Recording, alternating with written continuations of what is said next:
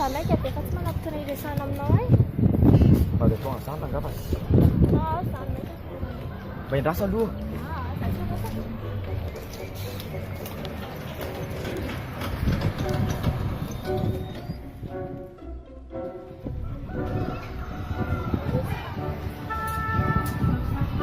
Aiza e, lasy kely vetivety fa tsy hitaka.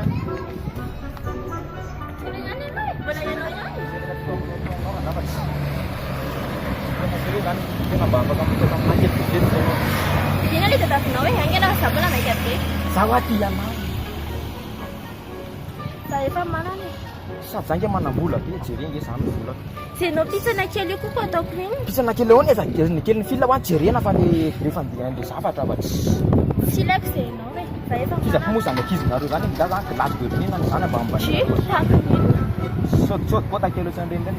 Nangera goliaka ary tsy mahalesa anahy. Tena zay efa vanao a? Tena zay fa afaka veto izy rangava tsy manino Ho zany. hitanao eo azany. Maty anao.